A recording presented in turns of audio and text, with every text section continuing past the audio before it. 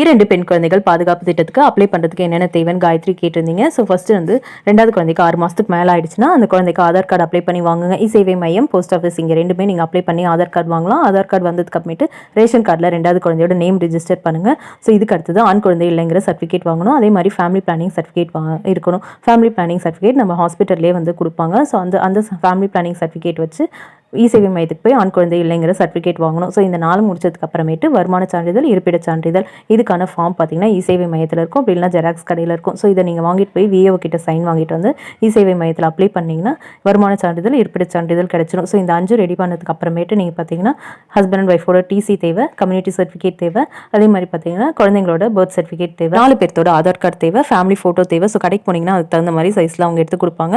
இதெல்லாம் ரெடி பண்ணிவிட்டு இ-சேவை மையத்தில் இதுக்கான ஃபார்ம் இருக்கும். ஸோ அதோட இது எல்லாத்தையுமே அட்டாச் பண்ணி நீங்கள் வந்து யூனியன் ஆஃபீஸில் போய் அப்ளை பண்ணணும். 2வது குழந்தைக்கு 3 வயசு முடியறதுக்குள்ள நம்ம இதெல்லாம் ரெடி பண்ணி வாங்கணும்.